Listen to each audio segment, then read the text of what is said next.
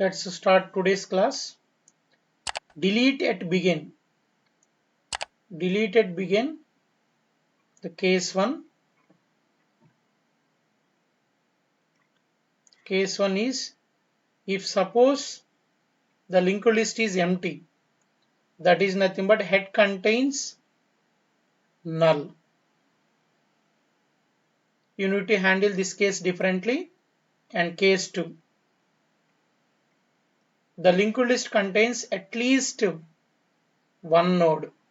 Suppose example here this contains only one node. Now this is my head.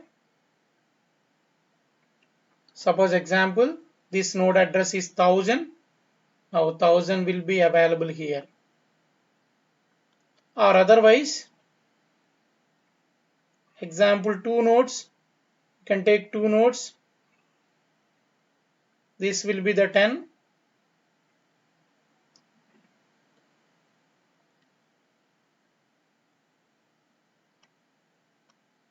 This node address is next node address is available here. Suppose example this is 1000, 2000. This will be the null. Here contains data 20. So 2000 will be available here. Now here this is my head. Head contains 1000. These two cases we need to handle. So how to solve this problem? So go to the function void delete at begin is my function name. I am going to delete it. First declare one pointer variable struct node star ptr.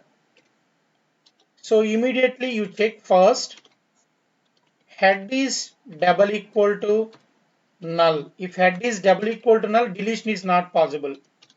Just printf deletion is not possible. Whatever the message you want, you just write it. Why deletion is not possible? Because no nodes are available in the linked list. Else case, at least one node is there. Go to the second case. Maybe the linked list contains only one node or number of nodes. So first we have to take ptr is equal to head. So the ptr equal to head. Now go to the diagram. Just observe the diagram. Observe the diagram. Now if it is this situation, this is ptr. ptr equal to head means 1000 will be available in ptr. So ptr is pointing to this one. In this case, ptr is pointing to this one. So what I am doing, I am removing this node.